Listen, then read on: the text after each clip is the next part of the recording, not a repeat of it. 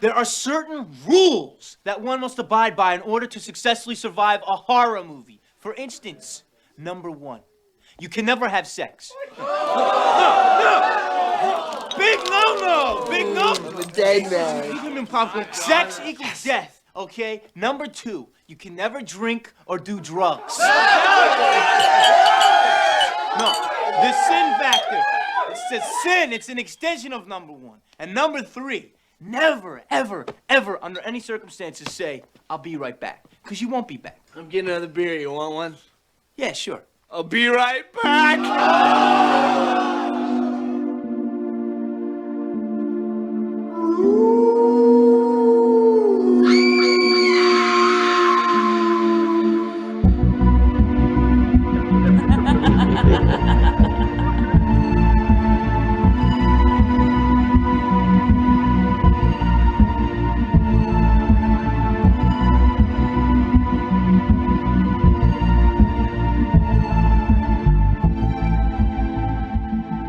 Welcome to the Perfect Movie Podcast, the podcast where we answer the question, is this a perfect movie? I'm Michael. Kalen. And today we have a double feature to review. It's our first of our Halloween series. We will be discussing Child's Play, the original Chucky movie, and Scream, the original Scream.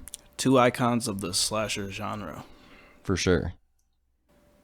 I think we're going to start out with Chucky, discuss it a bit.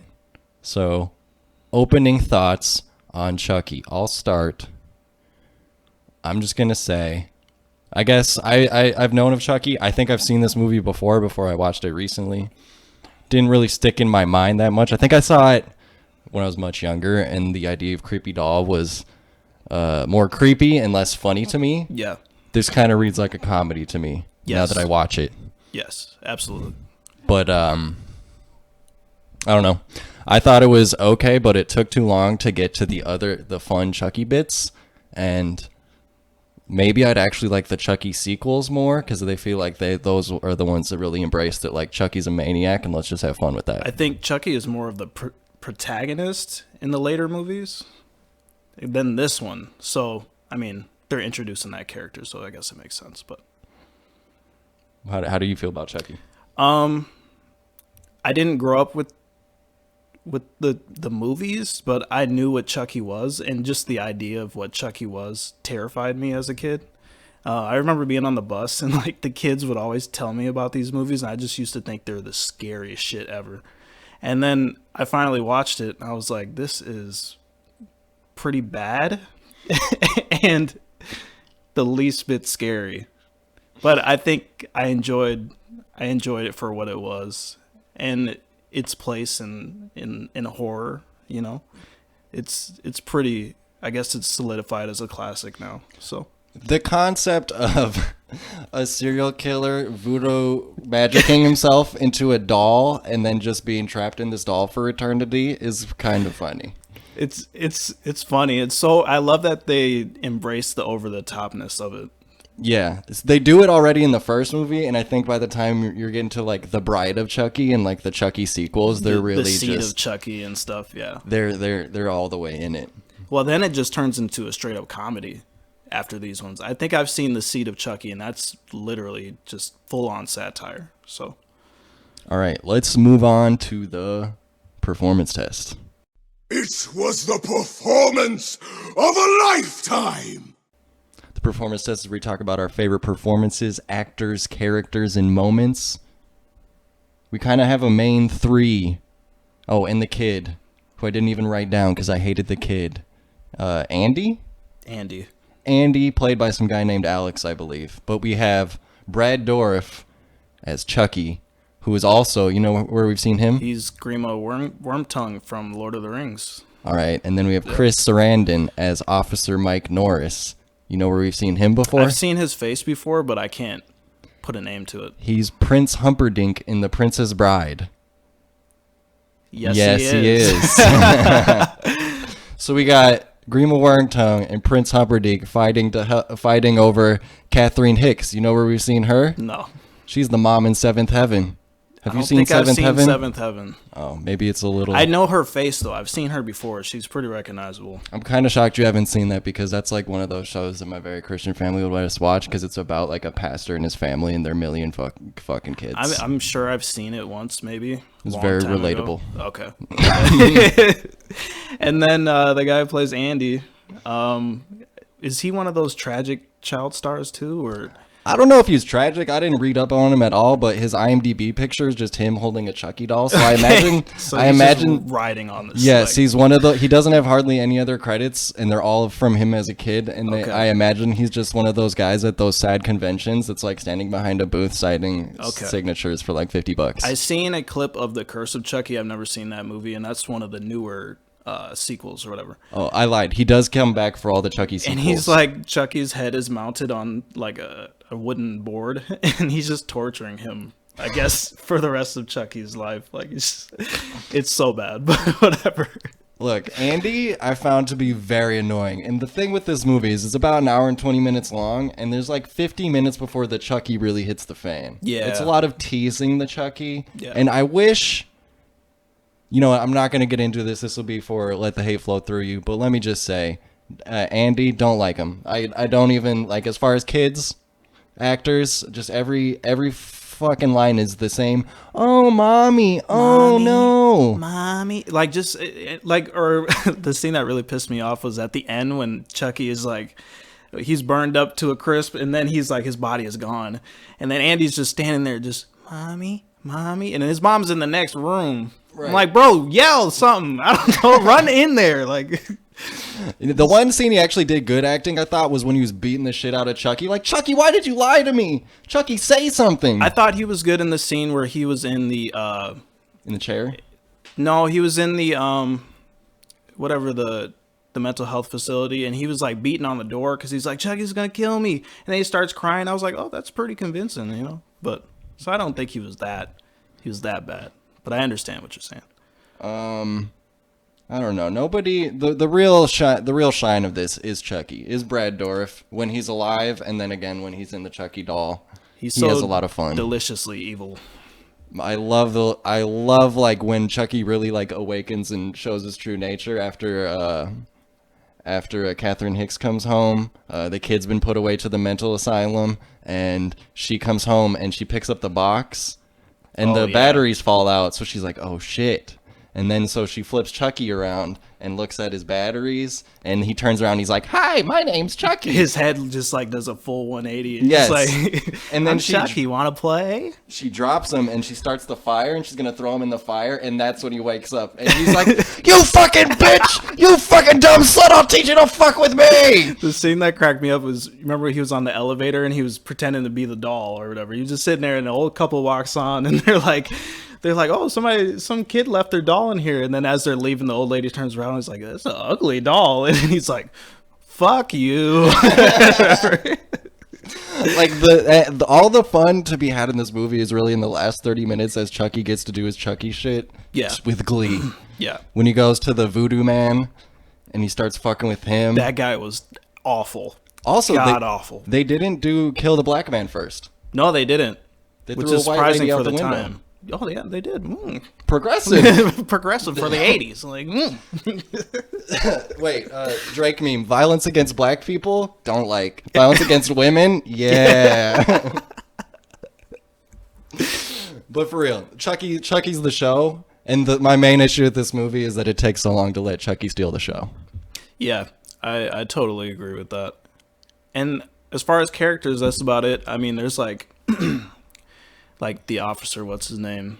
Mike his Norris? his sidekick comes around. He's kind of like, I don't know. He's just that sidekick that doesn't take anything seriously, and he's like, this lady's just fucking crazy. He's a real paisan. He's like, hey, we're in New York here. We New Yorkers. We're trying to solve some real crimes, not some lady in a stupid fucking doll. Doll. What doll? And then Mike Norris is Prince Humperdinck's. I feel like his accent comes and goes a little bit. Like sometimes he's real New York, and other time he's just a dude. I love how they make. We can get into this more. Well, I'll save this for. It's an art, bro. Okay. But was gonna talk about New York a little bit, how they portray it in this movie. I think Catherine Hicks. Oh yeah, I think Catherine Hicks is good in this movie for the most part. Yeah, she's pretty convincing. I mean, she starts off as like, she's just a very loving and adoring mother that just loves her kid. She wants the best for him. And then she's just full on in terror for the rest of the film. Or actually, you know what? I kind of give her some props because as soon as Chucky, like, shit hits the fan in the apartment, she's like after his ass. Yeah. She's like, yo, I need to find this motherfucker. But it's a scary situation. She becomes a girls get it done character. Yeah. She's kind of a boss bitch. Yeah. Towards the end. Got to convince all the men to get involved. Exactly. Mike Norris just wants to sit around. Also, I think he wanted her number for not police business. Yeah. He was trying to get in some other business. He also wanted to just go home because he had a long ass shift. Can a cop take a break? Come on. Blue lives. All right. I think we've done enough about the performances. Yes. Let's get into It's an Art Bro. What's this? It's an art project. Okay, I like it. Picasso. Yeah, that way. It's an Art Bro as we talk about the specifics of the filmmaking process. We're talking sets, effects, lighting, etc. What did you want to say about... What were you saving? I love their depiction of New York in this. It's just so dirty and dark and cold. And all the homeless people are just like... they're really rapey. And like... I know. She goes and hunts down the one. It's amazing that she finds the one hobo in New York City that sold her a Chucky doll behind Right. the Macy's that she worked at. Which I forgot about that plot point, that she just buys it off some dirty hobo in the back of a Macy's. And he seemed like a nice guy at first. When they first bought the doll, he was like, "Oh, blessings to you and your son." And then shit just went left next time she met him. It's me on the clock versus me off the clock. You know what I'm saying? Except yes, he gets there and she's like, "Oh, I only have this money," and she's like, "Oh, you got a lot more," and I'm like clenching the chair. I was like, "Oh no!" I thought this was a funny horror movie. And then a detective comes and saves the day. Dun da da da. Hands off that woman, you foul hobo. Yeah. Other than that, there's a lot of influences, like other like classic horror movie influences. I noticed in this a lot of Wes Craven stuff. Oh no, not Wes Craven. Hitchcock. The Shining. I don't know if you recognize that scene from in the end when Chucky's stabbing through the door and her face is right on the door and she's pressing up against it. That was a direct Shining reference. Yeah, there's like a lot of stuff like that, and actually both the movies that we're discussing today have a lot of influences. Oh, for sure. But I think Child's Play overall, it was a much different horror film for the time. I know that the 70s had that big boom of like Texas Chainsaw type movies where The Hills Have Eyes. people are riding through the desert and something happens to their car, or they stop at a rest stop and then shit goes left by crazy hillbillies. This is a very different type of slasher. I don't know if it invented the killer doll genre, but it popularized it. And Yes, it's it made a it more thing that runs mainstream. to this day. Yeah. Annabelle doll, Yeah. Brahms the boy. There's more. There was He's like in the walls. there was actually a whole bunch of like Chucky ripoffs. I'm forgetting the names of them, but it did inspire a I'm whole sure line there's a lot. of like knockoff ones. I do think that the opening scene with the babysitter when Chucky kills her, I think that's pretty effective when she's just kind of sitting around the house. Yeah. And then like the TV comes back on. It creeped me out when he ran across the room and his little feet. I was like, what the fuck? I just wish if they're gonna spend so long, like maybe there should have been a little bit more question on whether Chucky was actually doing the stuff or whether the kid was actually nuts. Because it's clear from the scene that Chucky actually killed her. Yeah. Yeah. But then they spend 50 minutes kind of doing the will they, won't they about it, or at least like it's not a mystery, but it's treated like a mystery for the police. I don't know. I almost felt like they should have, like you said, made it more of like, is it the child that's really doing all this? Because they cut to a lot of shots of just the feet, and they're both wearing the same types of shoes. So it's like, is that Andy or is that Chucky? And they're dressed the same basically. Yeah, I think that would have been more effective in the scares. But I feel like with this, I don't really know what the tone was supposed to be, because it comes off as a comedy sometimes. So I don't know. Yeah, like I'm not sure if I'm supposed to be creeped out when the boy like rides the bus to the middle of nowhere so Chucky can kill his like accomplice. But I just was laughing. I thought it was very funny. And when he's like walking up and the house is about to explode and he's just like, Chucky, Chucky. And then the house blows up and it's like the biggest explosion I've ever seen. The entire house just gets leveled. And somehow this kid is okay, even though he was just like 10 feet away a few seconds ago. I was laughing at the scene where they go to, is it Brad Dourif? What? What's the Chucky? Yeah, Brad Dourif. Yeah, when they go to his house, and his house is like just full of paintings, and then the black guy, the voodoo guy, just got this big mural of the voodoo guy, and then Chucky goes to the voodoo guy's house, and it's just like, I thought this was gonna be some mystical dude. This guy was just the most regular motherfucker making some coffee in the morning. Like, I don't know. I could not understand the tone of this film. And then I was just cracking up when he was breaking the guy's legs with that voodoo doll. It was just so funny looking. So, yeah, they were like, we got a part. It's like kind of a hideous Jamaican stereotype. Or where's the voodoo real popular? Is it Jamaica? Yeah, it's like New Orleans kind of stuff. Yeah, like, would you like to play this hideous stereotype and then get murdered? And he was like, shit, does it pay? It was like, shoot, sign me up. It was tough times back then. But I thought he would be wearing some, like, some voodoo stuff or something, or be in a throne chair. I don't know. You thought he would look like the people in the Temple of Doom? Either that, or have you ever seen Princess and the Frog? No. Okay, there's a voodoo man that's got like a top hat and he's got like crow feathers on him and shit. I thought he would look something like that, but no. No, and then he got fucked. So Yeah. he was exited immediately out the movie. Yeah, other than that, for It's an Art, there's not a whole lot of artistry. At least the puppet is kind of cool in some shots, like when he's walking. Well, it's a guy in a. Did they use a guy in a suit sometimes? I don't know. Like I a think small it's, person? I think it's a puppet being marionetted.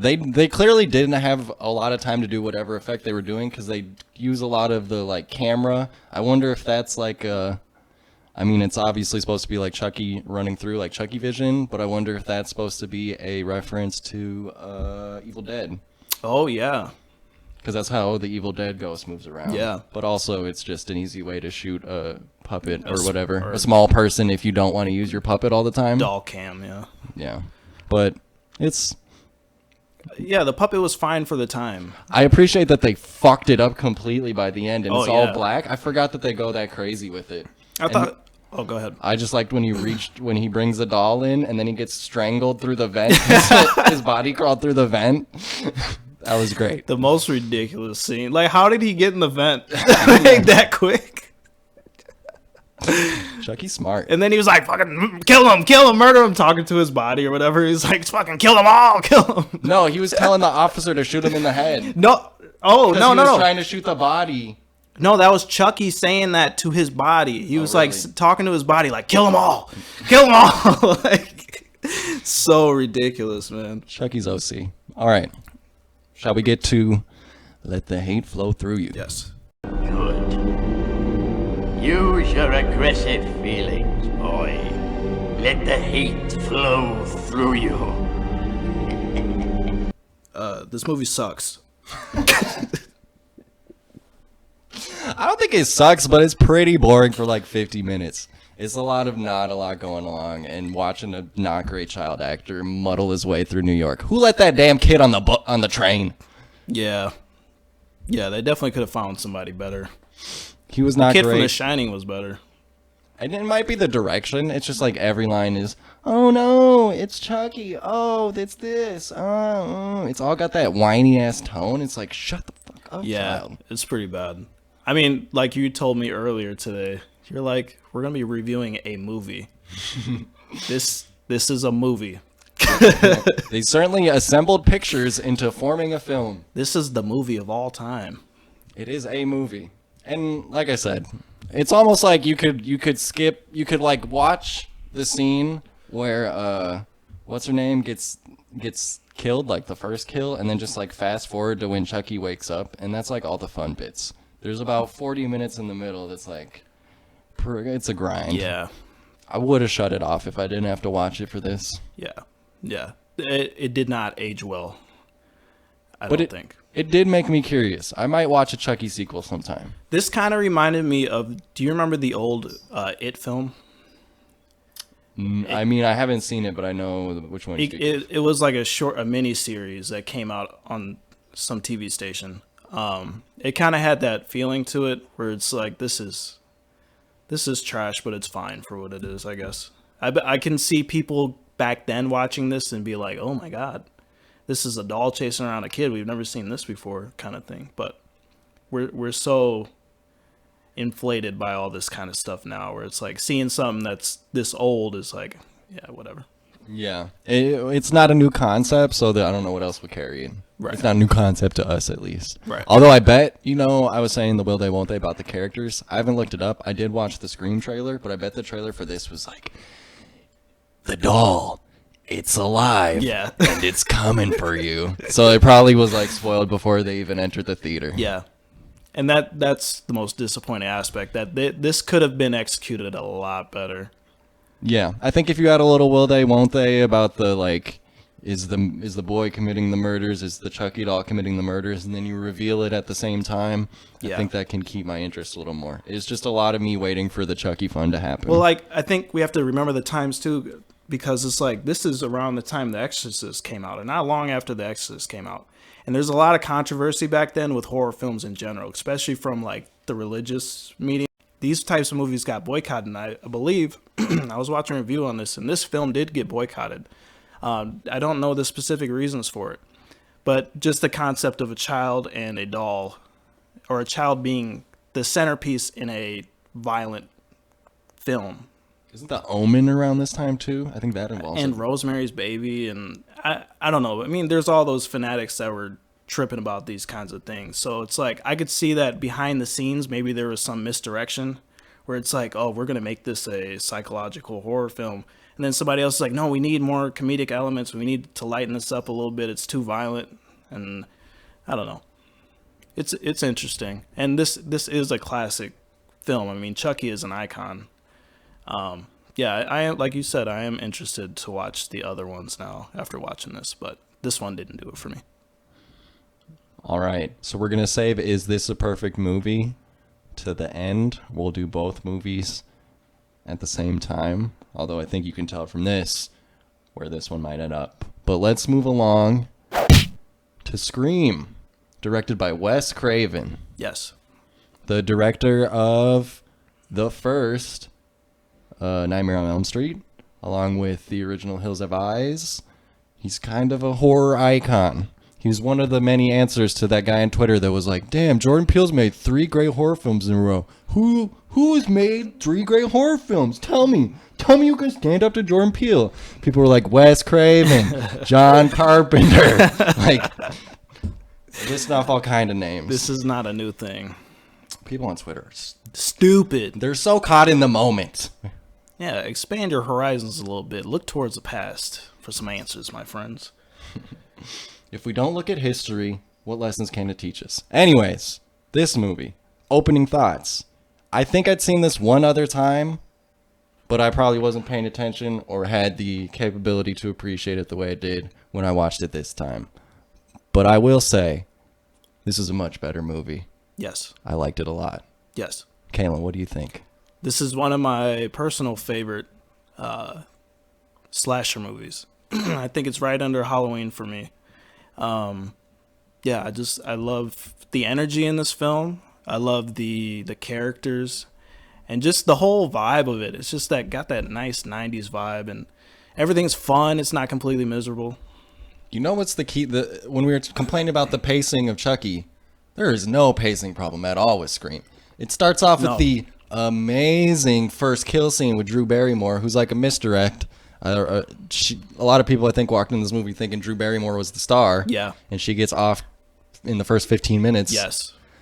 And that scene is intense. Mm-hmm. It's scary. It sets up the tone, and it sets up the whodunit which Yeah. is like the drive of the whole middle of the movie, which prevents it from having this saggy middle that Child's Play had. Right, and it keeps that pace going, and it's like that's the most interesting aspect is the whodunit stuff, because they keep just introducing all these characters that you're like, I like these people, but there's something off about them. Because I know, like, so we can get into characters more in the performance test, but there's certain people they introduce that they seem nice, and then they cut to them doing something a little strange, and it's like, oh well, it might be him. I just love that aspect of it, and I remember watching this for the first time and being genuinely surprised by the ending. Yeah, the twist, I'd forgotten. I think I'd seen it, but I'd forgotten who the killer was, and I had the twist half right, Yeah, but not completely, which I don't think almost anyone would have. So let's move along to the performance test. It was the performance of a lifetime! The performance test is where we talk about our favorite performances, actors, characters, and moments. Man, there's a lot. yeah. I think we got to start with, because she is the center of the movie, we have Neve Campbell as Sydney. Yeah, She's our real protagonist. Another fucking Girls Get It Done. hell yeah, she kicks ass. She's awesome. She is a little bit of a scream queen in the middle, but by the end, she's done with this shit. Mm-hmm. She kicks ass. And she's very believable in every situation she's put in. Yeah, yeah, her character has a lot of trauma, but at the same time, she's strong and she keeps it going. And she's not with the bullshit. Also, mommy. But I think the one that's the MVP, or at least the one that everybody might walks away with it being the favorite, Matthew Lillard, aka Shaggy from Scooby-Doo. Yeah, As what was his name? as Stuart? Stuart, yeah, Stu. Stewie or Stu. My guy's on 10,000 the whole time. They were like, I think so. They have his fellow killer really snaps at the end too, but they have him just be insane the entire movie. yeah, and that's goes towards like, is it him or like that whole whodunit thing? And I just love how they wrote these characters because they're all just so fucking bizarre, and like his character really, he's the guy explaining the entire movie to you basically. He's the movie reference guy.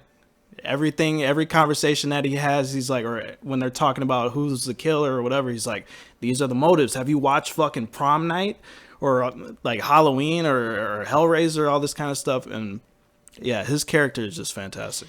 They're He's like a good time. they're sitting around talking, and this is kind of the scene that sets up like, oh, this is a whodunit. We're gonna be confused about this whole time. We need to be watching out for each of these people. Is when they're all sitting together talking about the Drew Barrymore dying.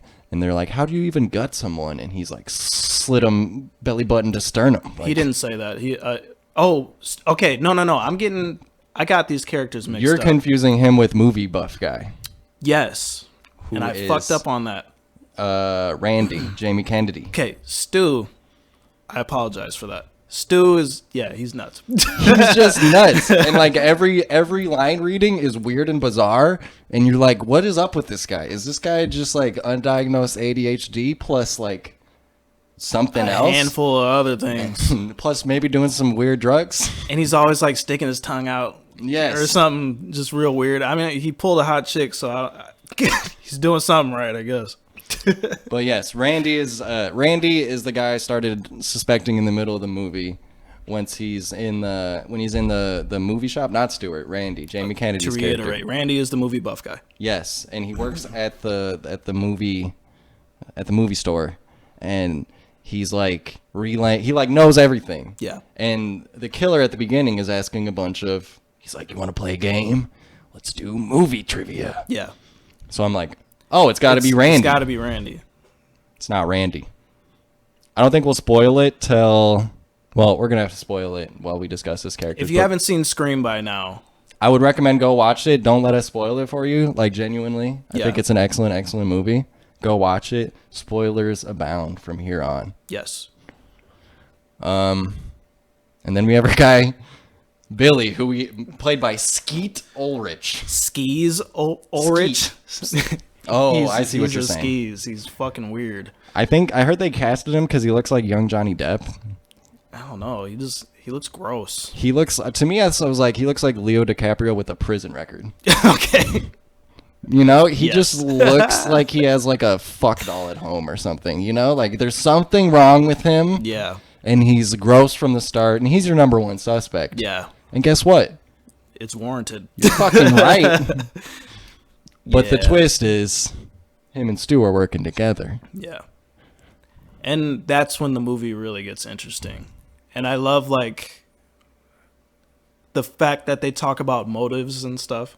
Because it's always like, we want to know the motive behind why somebody does something fucking crazy and murders a bunch of people or something. And the scary thing is, there is no motive. They're just doing it just to do it. Or they want some type of notoriety from it. So Yeah, it's he's some like- infamy. His line is like, motives are so boring. People find it much scarier if we don't have a motive. Yeah. Which this movie is constantly being meta, and that's one of the many meta lines. And it really rides the line of being annoying about it. Yeah. But I think they're hitting their marks. They're really just skating by. They're so close to being too much, but they're actually doing great. And I think that has to do with the pacing again, where it's just like, we just keep it going. We don't sit and explain too long. Oh, we have Henry Winkler, uncredited, a.k.a. the Fonz, as the principal. Who's barely in the movie, but you also suspect him momentarily after a bizarre interaction he has with some people, with some kids that were acting like the Ghostface killer Yep. as a prank. He's Yep. like, what if I just sliced your throats or some shit? Yeah. Yeah. And it's bizarre. And there's also a little moment where I'm like, oh, is this about to get weird? Because the first time they bring Sydney in for questioning, the principal, like, he like touches her face real weird. Yeah. I'm like, is there some weird sexual thing happening here? It doesn't get investigated. I think it's because everybody feels bad for Sydney. So spoiler again, if you didn't know, Sydney's mom in the movie, she died like a year before this, and she was murdered horribly. She was raped and murdered or something like that. And so Sydney is carrying around this trauma the entire film, on top of all these awful, horrific murders that are happening that are kind of revisiting that trauma and triggering her a bit. And yeah. The finale is 1 year to the day that her mother died. Yes. We have Courtney Cox, who we all know from Friends, as Monica, as the needling reporter that's wrote the tell-all book on the murder of Sydney's mom, and she thinks that the wrong man has been put away, and she's right. But nobody suspects that because Courtney Cox is a bitch in this movie, and nobody likes her. She is a biatch. From start to finish, actually. And apparently that's why she wanted to do this. She wanted to distance herself from being the sweethearted Monica character. Yeah. To being something a little different. Being the sleazy journalist, and yeah. And actually, that's where this movie really, like, it's still relevant to this day, because, like, the media trying to ape off of trauma or, like, awful things that are happening. There's, like, clips where, and it's so over the top, but this film is technically satire, where they're cutting to reporters talking about the murders and everything, and they're like, who's next? And different things like that. And you're like, ooh, that's awful. Yeah, I think there's some very on the nose. So like, we'll just talk about it now since we're on here. I think there's some very, I think it's on purpose that the media is very skeezy and very over the top and very sensationalist, and they never acknowledge it themselves. Right. But also the movie, and also this movie and horror movies around this time are having the same deal as like Chucky before, where they were, like Columbine happened, and then people are like, oh, maybe the violence in media is the problem. Yeah. Maybe violence in specifically like movies and fictional media is the problem. Right. And even in some of their lines are like, one of their lines when they're like confessing to the killings is like, scary movies don't make killers, but they make them more imaginative. Yeah. Or something like that. Yeah. And I wonder if that's Wes Craven or Kevin Williamson, the writer of this, saying, like, we purposely making the media so over the top and awful, and being like, why don't we point the finger over there a little bit too? Yeah. Yeah. Like, how they amplify the tension and amplify the mystery, and you're making the killers famous. yeah. Yeah, and that's what they do. I mean, the new Jeffrey Dahmer show, like, it's giving him more notoriety. It's making him what's the word? Like, He's being reintroduced to people. Like, right. he's growing the legend of a dead man that should probably just be forgotten. Right. You're immortalizing him. Yeah. And I think that's purposeful. I think all the media people just being like obnoxious as fuck and over the top and not like having no tact and only caring about the story is Right. They're hitting the nail. They're doing something there. David Arquette as Deputy Dewey, our special boy working for the police. I can't help but to see the Scary Movie satire film, like with all these scenes or whatever, especially with the character Dewey, because they literally had him as being like mentally disabled in the Scary Movie. So it's like, I mean, I can't help but to see him like that. I think he's kind of supposed to be. Like, it's not as over the top as in Scary Movie, which it's kind of weird that immediately up following this, like really quickly, they turned around Scary Movie, which is like, this is already kind of a satire. It's weird to make a parody of About a satire. parody. Yeah. And also, the original title of this movie was Scary Movie. Yes. Yes. So- Interesting. World moves quick. I want to congrats Wes Craven on being the king of petty, because one of the first lines is when Drew Barrymore was talking on the phone about scary movies with the voice. She's like, what's your favorite He asks what her favorite scary movie is, and she says Nightmare on Elm Street, the first one. Yeah. And he's like, is that the one with knives in his hand? She's like, yeah, Freddy Krueger. The first one was scary and the rest sucked. Because Wes pretty Craven good. didn't direct any of the other ones. Yeah. Except it came back around to New Nightmare right Shots before this. But also in the special thanks section of this film, because they were originally supposed to put... they were originally supposed to film the high school in Santa Rosa City High School. Okay. But then they like found out more about the movie and were like, no, we don't want this horror movie filmed here. So under special thanks, it says no thanks whatsoever to the Santa Rosa City School District Governing Board. Wow. King of petty, for sure. Truly. Shall we move on Yeah. to It's an Art Bro? What's this? It's an art project. Okay, I like it. Picasso. Yeah, that way. It's an Art Bro is where we talk about the whoa. It's where we talk about filmmaking stuff. Yeah. One of my favorite things that they do with Ghostface is that he's a major klutz and gets fucked up by everyone. He's kind of a dumbass, and that's what's great about his character. Which all makes sense when it's unveiled that it's just two fellow students Right. running around in a mask that they probably can't see shit out of. He's not an immortal fucking demigod that's... And I feel like it makes it a little scarier. Like, actually, does. because it feels more grounded. It feels real. It feels like a real man is attacking these people and not the immortal Michael Myers or Jason or Freddy. It's funny because that's what Michael Myers was to begin with. He was just a guy with a mask and a knife, and he was going around killing babysitters. Like, that's scary because it could really happen to it. And it's like, you're in this suburban town, everything's nice and clean, and everybody's, these kids are going to school, they're excited about the big game, and then all this terrible shit happens. And it's like, this shit really happens, so it's effective. I think this might have been one of the first movies, like horror movies, to reference other horror movies. Like, it kicks off with, like, referencing Halloween, referencing Freddy Krueger, and it just... I think that also makes the world feel real, because it's like, it's our world. We have Halloween. Yeah. You know? Yeah. And it seems like all the characters are aware of all the tropes. We have a character stand up and tell us all the tropes. Right. This movie is technically like a love letter to horror fans in general. Like, I think this film is actually known for like revitalizing the slasher genre in the 90s. And then you get this whole thing with like, again, people just try to copy and paste Scream over and over and over again. And then, yeah. So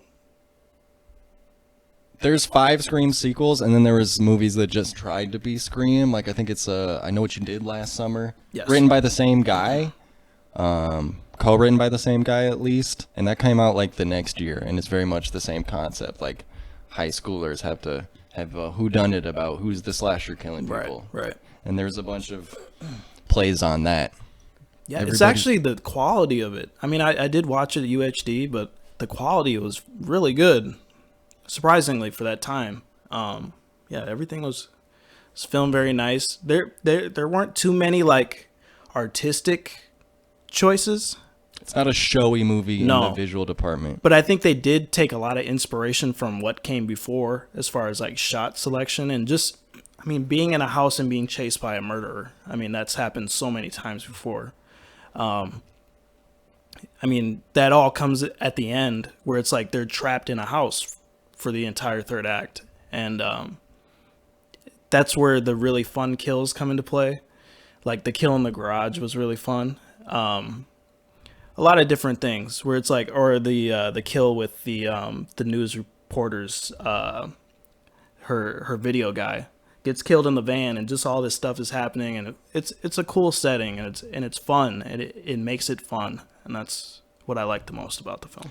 And it constantly finds reasons that are not like your typical horror movie reasons to like send people off in their own way and kind of like, you know, break people away and have it work without it being like Dewey's horny.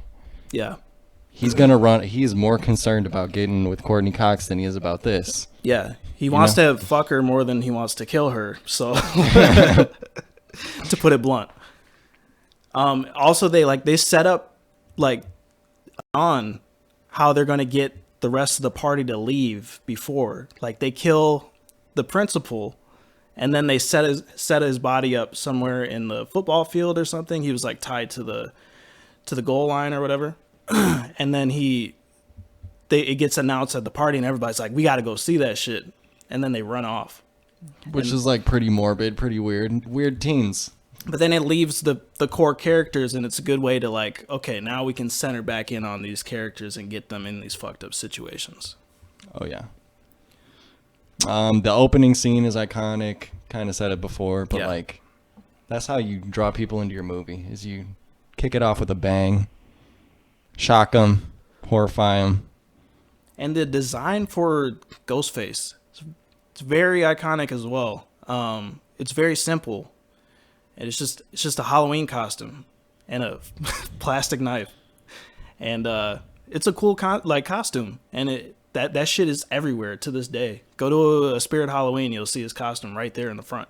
I want to say they like just found it somewhere. Like they just found it at a location they were scouting or something, Probably. and they were like, "That's the one, that's the mask," and then they just put together the whole ensemble. Yeah, and it's very effective and it's simple. It's Yeah. great. it's awesome. All right, let's move along. Good. Use your aggressive feelings, boy. Let the heat flow through you. To let the hate flow through you. This is where we air our annoyances and our complaints. Do we have any? I personally don't have many complaints. The pacing was great. This was such a refresher. Like, I have no problems with the runtime, which is very surprising. This is like a 30-minute longer movie than Chucky, but it felt shorter. Yes. And it's impeccably paced, acted. And the over the topness too. I mean, it's like it's for a reason, like you were saying. It's like it's not that they're trying to be too on the nose or they're trying to do this and that. It's like, or say it's like spell out a message to you. I think everything is just the right amount of funny and terrifying, where it makes it very effective, and it's just a fun time. Yeah, manages to really skate a line that's hard to skate. I'm trying to think of some nitpicks. I thought I might have one or two, but it's not worth it. It's a No. great movie. And I think we should come down to our final question, which is, You lost a baby brother. Perfect in every way. I had a baby brother! I had a little baby brother! And he was perfect! Perfect in every way! is this a perfect movie? I think Scream is a perfect movie. I think it's the perfect Halloween film. It's the perfect, like, I'm having a Halloween party. I need something on in the background. let's put Scream on. Everybody loves Scream. It's perfect for the time. I love 90s films. It's a great 90s horror film. I agree. Got a great cast, great moments, iconic moments. It's a good time. And if you haven't watched it by now, you should definitely watch it. I mean, Halloween's just around the corner. If you need a list of films to watch, put Scream on it. Yeah. I didn't expect it to be as good as it was. It's really pretty flawless, honestly. And we skip past Let the Hate Flow Through You because you can't pick it apart. All the parts interlock perfectly. Yes. Everything is intentional and everything works together in concert. And if you pulled one thing out of that, it might unravel the whole thing, but you can't do that. Yes. And it's amazing. This movie kind of did what Chucky couldn't do, and tone-wise, and like how they were able to be comedic and make this a horror film at the same time, and it all blends together just perfectly. Chucky, that was the issue I had the most with Chucky, was the tone. I felt like it didn't know what it wanted to be, and I remember Scream a lot more than I remember Chucky. I think if anybody remembers Chucky, it's for Chucky. It's just, he's an iconic doll, and there's not many films like that with his character. So I will say Chucky still has the best line, which is, "You bitch, you fucking slut, I'll teach you to fuck with me." But don't you love this scene in Scream where she's on the phone and she's like, "You listen here." He's like, "No, you listen here, you little bitch. I would have got you like a fish." Yeah, that's pretty good too. That's a great line. Or when she, what'd she say? "I'll fuck you up," and she's like, "You'll have to find me, you fucking mommy's boy." Oh, yeah. Some great lines in that film. The Scream does have a lot of great lines. Chucky's not gonna make the list. Chucky is dog shit. It hardly even makes a good movie. Chucky's a funny character, but he can't carry this whole movie. No. And I wonder, because I know there's a mini or a series coming out of Chucky. I think it's out. And I think it would be best if he was just the tag along side character, because that seems like that's what they're going for, where this kid he's a teenager. He's carrying around this doll, and Chucky's whispering shit in his ear. I think that it would work better that way. And so I hope that they do it in a somewhat clever way where it's like, we've already seen this character before. We know what he's about.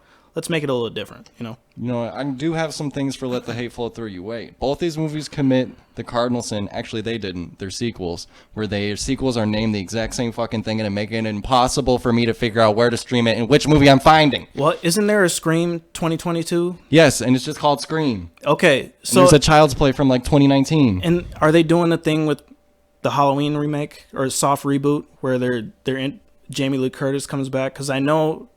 Does what's her name coming back in the new Scream? I'm pretty sure she does. I think the new Scream does have most of the returning characters. Like I think Courtney Cox, David Arquette, Dewey, and Sydney Neve Campbell are all in it. Okay, because we live in that era where we're bringing back all these old characters because fucking nostalgia. I don't even it's care probably if gonna be bad. I don't even care if it's good or bad. Just name it something different so I can fucking look up one or the other. How about the Scream Chronicles or something? Scream again. Yeah. Scream louder. Oh. Scream quietly. Scream ends. Fucking ass. Scream kills. Scream dies tonight. If we were doing like a knife fight, like to the death, I feel like Chucky versus Ghostface getting fucked up in almost every scenario. Or if we do like Jason versus Ghostface, like Ghostface is a low-powered fighting character. Jason would wreck his ass. Jason was in Mortal Kombat. He's got fatalities, bro. It's a wrap. I'm sorry, but if Chucky's kicking your ass, you probably deserve it. Just saying. I mean, Chucky... I'm destroying him. I don't care. He's a low ass doll. There's something you can do about that. Don't you think he's got grown man strength in him? I don't know. They didn't explain that. He was strangling what's-his-nuts for a long time. But he also had stuffing inside of him. It's true. So it's like, I don't get it. But he's magical. whatever. Our next Halloween double feature, right? Yeah. Let me scroll down or scroll up to where it says it. We're doing Friday the 13th and Nightmare on Elm Street. And I have a proposition. I know the first Friday the 13th is not regarded as the best. I think we should do the first Nightmare on Elm Street, but we should peruse the internet and find what's regarded to be the best Friday the 13th. I think it's like 2 or 4. You know what? I'm going to do a slight spoiler for Friday the 13th. I think we should skip the first one and do number 2 because that's when Jason is introduced. Yeah, that's what I was going to say. That's the line in this movie. Yes. She gets the trivia wrong. She's like, who's the killer in Friday the 13th? And she's like, Jason, it's Jason. He's like, no, it's his mother. It's his mother. If you knew that, it was Mrs. Voorhees. And then what's her name? Steve gets wrecked because Drew Barrymore didn't know about that. Drew Barrymore must have watched one of the sequels. So yes, That's a little movie trivia for you right there. Friday the 13th 2, Nightmare on Elm Street, the original. Yes. Yes. And these two, we're doing these two together because they're like the supernatural killers.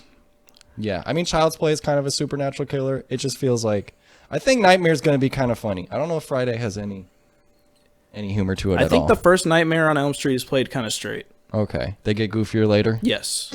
Like Okay. all sequels do. That's what she said. The first one was scary, and the rest of them Sucked.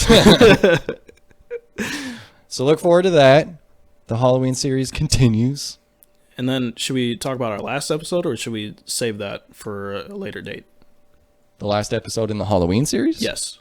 What do you want to say about it?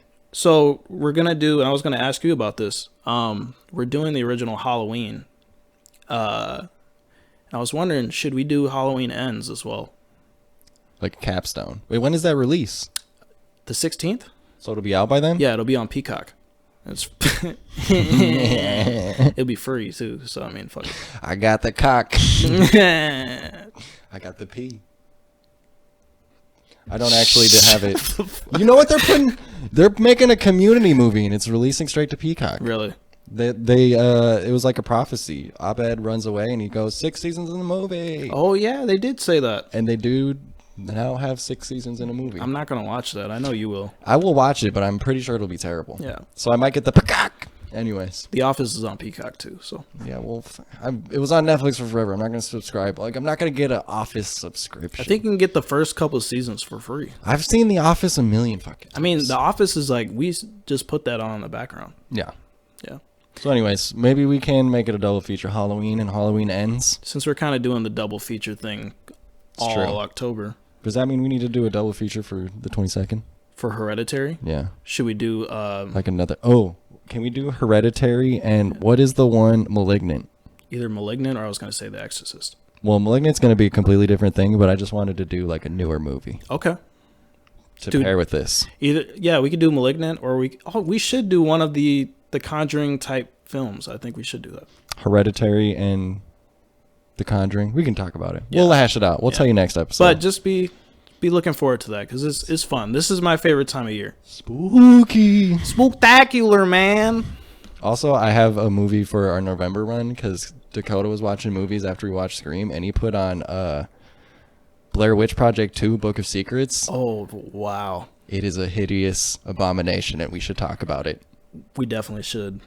I remember watching the first one at your house on a shitty laptop. No, we did that at Vanko's house. In we his watched room. it on a laptop, didn't we? On like a And it was like 11-inch screen. bootleg. It was a bootleg copy. Yeah, hell yeah. And that movie terrified me. Just kidding, FBI. We paid for it. We did it. Got away with it, motherfucker. 15 years later. You wouldn't pirate a car, would you? Yes. Yeah, shit, if it's got the keys in it. All right. We will see y'all soon. Yeah. Have a spooky time. Have a good one.